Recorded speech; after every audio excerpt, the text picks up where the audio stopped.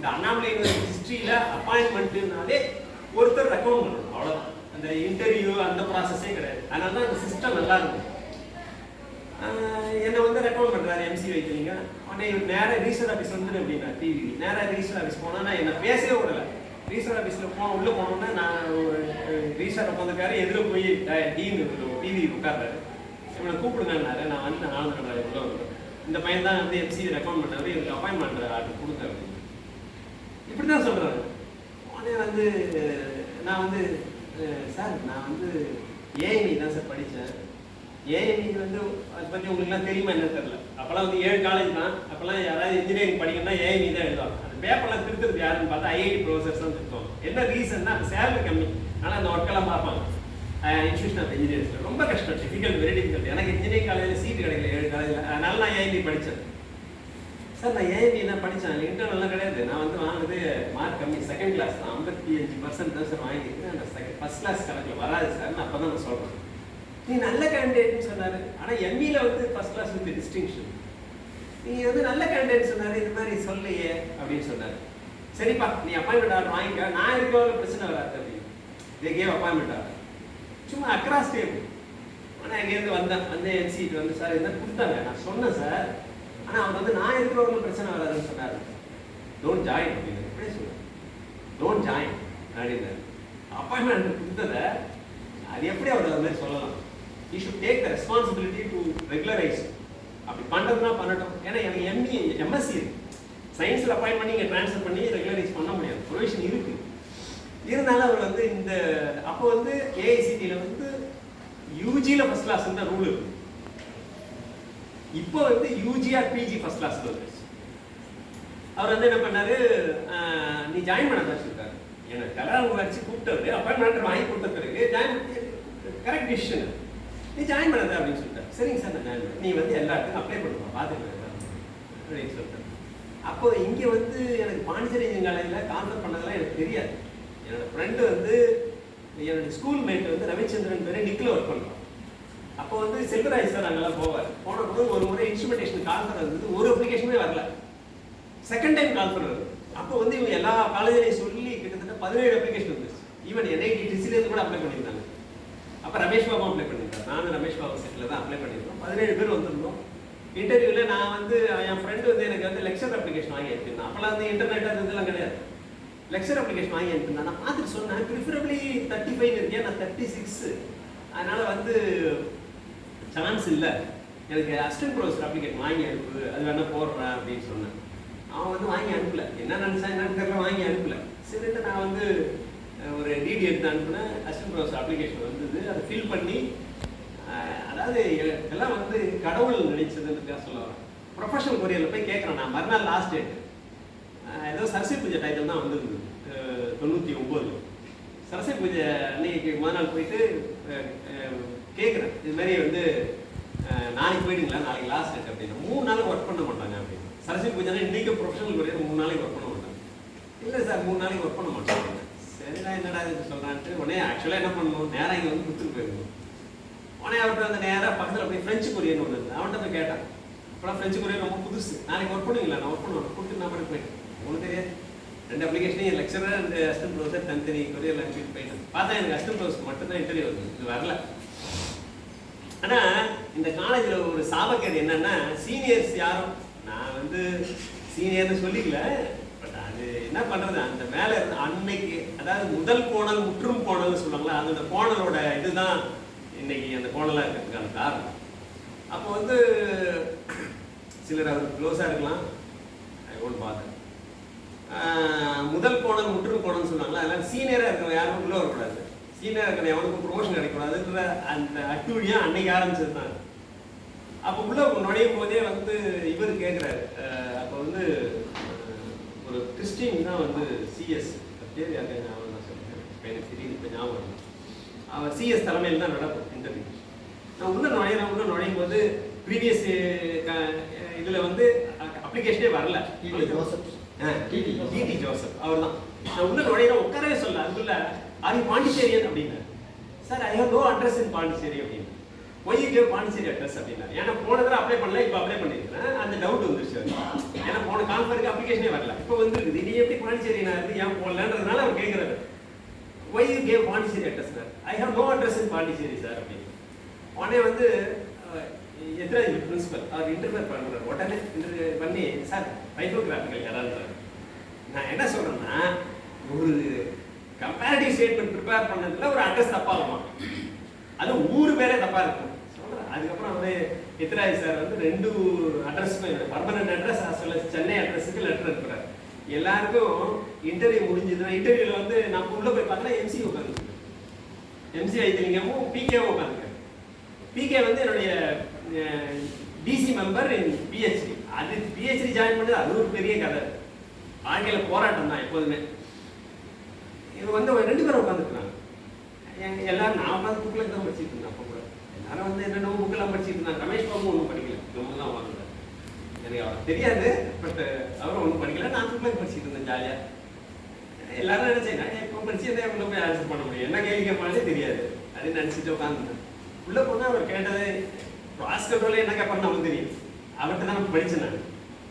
நான் 1 இயர் அவர்கிட்ட ப்ராஸ் control and computer control ப்ராஸ் படித்ததுனால எது கேட்டாலும் ஆன்சர் பண்ணுவேன். பிகே வந்து இன்ஸ்ட்ருமெண்டேஷனில் கேள்வி கேட்டார், நல்லா நான் ஆன்சர் பண்ணேன். எனக்கு கான்ஃபிடென்ட். நான் வந்து வெளில வந்துட்டேன். ஆனால் உள்ளே வந்து பிரச்சனை, சீனியர் யாரையும் எடுக்க வேண்டாம். நான் தான் சொன்னேன், முதல் கோணல் முற்றும் கோணல், சீனியர் யாரும் தேவையில்லை, லெக்சர் மட்டும் போதும், ரமேஷ் பாபு மட்டும் போதும் அப்படின்னு ஆர்கியூமெண்ட் இல்லை. ஹெச்ஓடி சொல்கிறாரு, ரமேஷ் பாபு மட்டும் போதும் அப்படின்னு. எங்காவது சீக்கிரம் பேசி தொலைய மாட்டார். எம்சிபி பேசவே மாட்டார், கடைசியாக தான் பேசுவார். பாருங்க, அன்னைக்கு அப்பாயின்மெண்ட் ஆர்டர் பண்ணி டோன்ட் ஜாயின், வேற வார்த்தையே பேசல, இல்லை டோன்ட் ஜாயின், அவ்வளோதான். ஏன் ரீசன் எதுவும் ஒன்றும் சொல்ல மாட்டார், டோன்ட் ஜாயின், அவ்வளோதான். அதே மாதிரி தான் இன்டர்வியூ எல்லாம் முடிஞ்ச உடனே கடைசியாக வந்து அவர் பேச ஆரம்பிக்கிறார். என் லைஃப்பில் வந்து இந்த மாதிரி ஒரு ஸ்டூடெண்ட்டை நான் பார்த்ததே கிடையாது. அந்த மாதிரி ஒரு ஹார்ட் ஒர்க்கிங் ஸ்டூடெண்ட்டை நான் லைஃப்பில் இவர் தான் நான் ஃபஸ்ட்டு பார்க்குறேன். இவரை எடுத்தீங்கன்னா உங்கள் டிபார்ட்மெண்ட்டை டெவலப் பண்ணலாம், இல்லைன்னா டெவலப் பண்ண முடியாது. ஆனால் நான் உங்களை எடுங்கன்னு நான் ரெக்கமெண்ட் பண்ணேன். எடுக்கிறது எடுக்காது உங்கள் இஷ்டம் அப்படின்னு சொல்லிட்டு அதை விட்டார். ஜோசப் சொன்னான் அப்பாயிண்ட் ஹிம் அப்படின்னு. அப்போ கூட எனக்கு அப்பாயின்மெண்ட் ஆர்டர் வரல. எனக்கு ஒரு லெட்டர் ஓட வருது, எங்கேயாவது இந்த ஆக்டிவிட்டி நடக்குமா, எனக்கு லெட்டர் வருது. R able to continue registered PhD, first question. 2வது கொஸ்டின், ஏன்னா இவர் வந்து ஹார்ட் ஒர்க்கிங்கே லேப்லாம் டெவலப் பண்ணுவான்னு சொல்லிட்டாருல, அதுக்காக first question are able to continue PhD. Second question வந்து bring your experience certificate. 3rd question வந்து why you didn't send through proper channel. இந்த 3 கொஸ்டின் போட்டு எனக்கு லெட்டர் வந்து பர்மனன்ட் அட்ரஸ் வந்து இங்கே வரும். நான் உடனே லெட்டர் எடுத்துட்டு நீ வந்து கைடு போய் பார்க்குறேன். பிஹெச்டி ஜாயின் பண்ணது அது ஒரு கொடுமை. நான் வந்து அண்ணன் சாயாமில் ஜாயின் பண்ண உடனே நான் ஃபாரின் போகிறேன் சார், நான் சி எனக்கு நல்லா தெரியும் எம்சி. அவர் என்ன ஃபாரின் போக சொல்லிகிட்டே இருந்தார்.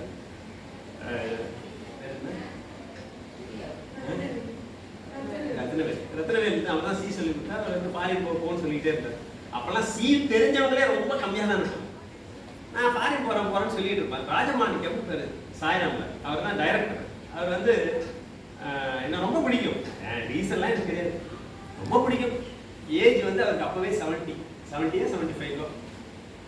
நான் ஜாயின் பண்ணதுலேருந்து ரொம்ப என்கிட்ட அட்டாச்சாக இருப்பார். என்ன ரீசன்னா, இந்த சென்ட்டு அந்த சென்ட்டில் எது கடைசியாக மீறுதோ அதை நான் எடுத்துப்போம், அதை எடுப்பேன். யாராவது கிளாஸ் போகணும்னா கண்ணா விட்டுவார். நான் கூட உட்காந்து பேசிட்டு இருப்பேன், சார் அடுத்த கிளாஸ் சார் போகணும் சார் அப்படின்னு. வரேன் டாப்புன்னு தான் பேசுவேன், ஏன்னா எனக்கு அவருக்கு 30 வயசு டிஃபரன்ஸ். வரேன் அவனுக்கு போய் உயிரை வாங்கணும் உனக்கு அப்படின்னு என்ன திட்டுவார். ஆனால் மற்றவங்க கிளாஸ் போனால் திட்டுவார். அந்த மாதிரி அவ்வளோ அட்டாச்சு. அவர் சொல்கிறார், நாளைக்கு அண்ணா யூனிவர்சிட்டி போய் நீயும் ராஜேந்திர பிரசாத், அவர் தான் பிரின்சிபலாக இருந்தார் கொஞ்ச நாள் முடிஞ்சவர், ராஜேந்திர பிரசாத் போய் பிஹெச்டி அப்ளிகேஷன் வாங்கிட்டாங்க அப்படின்றாரு. சார் நான் ஃபாரின் போகிறேன், சும்மா என்ன பிஹெச்டி பண்ண அது பண்ணு, எவ்வளோ திமிர் பாருங்க எனக்கு. பிஹெச்டி பண்ண அது பண்ணு இது பண்ணலாம் சொல்லாதீங்க என்ன. நான் போகிறேன் ஃபாரின், நான் வந்து சாஃப்ட்வேர் ஜாயின் பண்ணுறேன், நான் சும்மா டெம்பரரிக்காக இங்கே ஒர்க் பண்ணுறேன் அவ்வளோதான் அப்படின்னு சொன்னேன். நாளைக்கு என் கார் எடுத்துட்டு போய் அப்ளிகேஷன் வாங்கிட்டு வரீங்க நீங்கள் 2 பேரும். எது டேரக்டரோட கார் எடுத்துட்டு போய் அண்ணா யூனிவர்சிட்டி அப்ளிகேஷன் வாங்கணும். இதெல்லாம் என்ன சொல்ல, ஜாயின் பண்ணி 1.5 வருஷம் தான். இவர் வந்து மறுநாள் வந்து காரை ரெடி பண்ணி 2 பேரும் போய் அப்ளிகேஷன் வாங்கிட்டு வாங்க அப்படின்னா. நான் ஆனால் அவர் அப்போலேருந்து எங்களை வந்து குரூப் பண்ணுறாரு. அதாவது ஒரு மேனேஜ்மெண்ட் கேடருக்கு எங்களை கொண்டு வரணுன்றதுக்காக அதை செய்கிறார். அதே மாதிரி பார்த்தீங்கன்னா அவர் இறந்துட்டார். ஆனால் ராஜேந்திர பிரசாத் அந்த காலேஜில் பிரின்சிபல் இருந்தார், அவர் அங்கேயே இருந்தார். அந்த மாதிரி அப்பயிலேருந்து அவர் வளர்க்கணுன்றதுக்காக பண்ணது. இவங்க 2 பேரும் சரியான பர்சன், இவங்களை வந்து டெவலப் பண்ணணும் அப்படின்னு. நான்லாம் வாங்க மாட்டேன் சார், நீங்கள் சொல்கிறீங்களேன்னு போகிறோம் சார் அப்படின்ட்டு போய் அப்ளிகேஷன் வாங்கி போகிறோம். எங்கள் அண்ணா யூனிவர்சிட்டி ஒர்க் பண்ண ஒரு ப்ரொஃபஸர் அங்கே இருந்தார். அவர் வந்து சிசிஎம் பிடி சாரோட கைடு, அவர்கிட்டேருந்து ஆரம்பிக்கிறார். அவர் தான் டாப் மேன், சீனியர் போஸ்ட். இவர்கிட்ட போனால் இந்த பதில் சொல்லுவார், இவர்கிட்ட போனால் இந்த பதில் சொல்லுவார், இவர்கிட்ட போனால் இந்த பதில் சொல்லுவார். கடைசியாக வந்து ஜெயசிங்னு ஒருத்தர் இருப்பார், அவர்கிட்ட போனால் இந்த பதில் சொல்லுவார் அப்படின்னு வரிசையாக சொல்லிட்டார். சொன்ன மாதிரி அத்தனை பேர் அதே பதில் தான் சொல்கிறாங்க. யார் உடனே கைது போட சொல்லுவார் அப்ளிகேஷன்? ஒரு ஓகேன்னு யார் சொல்லுவார்? ஒரு 5 தடவை விட்டு தான் போடுவாங்க. ஒவ்வொருத்தரும் சிசிஎம்லாம் திட்டுவார், வாங்கிட்டு வா அப்படின்னு சொன்னார். அது மாதிரி ஒவ்வொருத்தரும் கேட்கும்போது கடைசியாக மோகன்கிட்ட போனீங்கன்னா நாளைக்கு வான்னு சொல்லுவார், ஜெயசிங்கிட்ட போனால் உடனே கைது போட்டுருவார் அப்படின்னாரு. எனக்கு வந்து பிஹெச்டி பண்ணுறதுலாம் ஏதோ ஒரு கைது கேட்குறாரு, டைரக்ட் தொல்லை தான் நம்ம தானே போடுறோம் அப்படின்ட்டு அப்படியே அவர் சொன்ன மாதிரியே வரிசையாக எல்லாத்தையும் கேட்டுட்டு வர அப்ளிகேஷன் வாங்கிட்டு ஜெய்சிங்கிட்ட போன உடனே ஜெய்சிங் வந்து மோகன்கிட்ட போனால் அதே மாதிரி நாளைக்கு வாங்கினாரு. ஜெய்சிங்கிட்ட போன உடனே சார் இது மாதிரி இவர் அனுப்பிச்சார் சார், உங்கள்கிட்ட கேட்க சொன்னார் சார் அப்படின்னு. அப்ளிகேஷன் வாங்கிட்டியா அப்படின்னாரு. வாங்கிட்டேன் சார். கொடு. இல்லை சார் நான் ஃபில்அப் பண்ணல முடியா அதை கொடுத்தாரு, சைன் பண்ணி கொடுத்துட்டாரு. அவர் அதான் சொல்லி அனுப்பிச்சார், அப்ளிகேஷன் ஃபில்அப் பண்ணலான்னு கைது போட்டு வச்சுருக்காரு அப்படின்னாரு.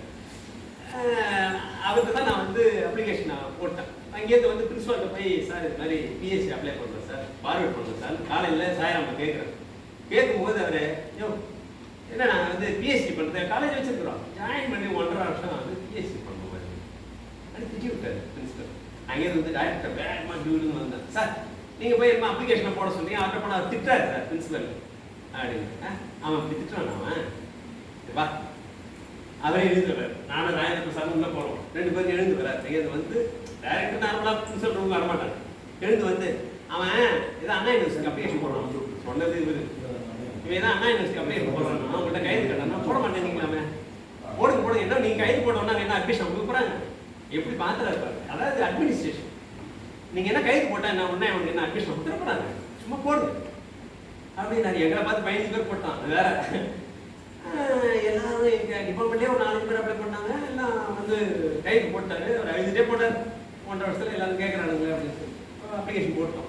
போட்ட உடனே ஒரு நாள் அப்போ தான் ஃபேமிலியை ஷிஃப்ட் பண்ணுறேன். 1.5 வருஷம் கழிச்சு தான் அங்கேருந்து மாயாட்டிலேருந்து இங்கே ஃபேமிலியை ஷிஃப்ட் பண்ணுறேன். ஒரு நாள் வந்து ஷிஃப்ட் பண்ணுறேன். ராத்திரி திங்கக்கிழமை நைட்டு வந்து இறங்குறோம். நைட்டு 1 மணிக்கு சந்திரமோகன் என் கூட ஒர்க் பண்ணார், அவர் மாயிருக்கார். அவர் வந்து சார் இன்னைக்கு தான் சார் இன்டர்வியூ முடிஞ்சுது சார் அப்படின்னு ராத்திரி 1 மணிக்கு சொன்னார். ஏன்டா டெலராம் கொடுத்துருக்காங்க முதல் நாள் வெள்ளிக்கிழமை டெலராம் கொடுத்துருக்காங்க அண்ணா யூனிவர்சிட்டி இன்டர்வியூ வாங்க திங்கக்கிழமை சொல்லவே இல்லை. இவன் டெலராம் எனக்கு கொடுத்துருக்கலாம், இல்லை அவங்க பிறகு நாங்கள் டீ கடை வச்சிருக்கிற அவர்கிட்ட சொல்லி எங்கள் வீட்டிலே அவங்க சொல்லியிருக்கோம், சொல்லவே இல்லை. நைட்டு 1 மணிக்கு கூட சொன்னால் நீங்கள் இன்டர்வியூ முடிஞ்சிடுச்சு சார் அப்படின்னு. நைட்டில் தூக்கமே இல்லை. நம்ம அப்ளை பண்ணுறது இன்ட்ரெஸ்ட்டாக பண்ணல, ஆனால் நமக்காக ஒருத்தர் ரெக்கமெண்ட் பண்ணி கைது வாங்கி கொடுத்துருக்காரு, இவ்வளோ தூரம் இத்தனை பேர் பண்ணியிருக்கிறாங்க, நம்ம சின்சியராக செய்யணும்ல அப்படின்னு சொல்லிட்டு நைட்டில் தூக்கமே இல்லை. காலையில் எழுந்து லீவை போட்டுட்டு நேராக அண்ணா யூனிவர்சிட்டி போய் ஜெய்சிங் சார் மன்னிச்சுக்கோங்க, நீங்கள் இது மாதிரி கையெழுத்தெல்லாம் போட்டு கொடுத்தீங்க, என்னால் அட்டன் பண்ண முடியல, இந்த மாதிரி சுச்சுவேஷன்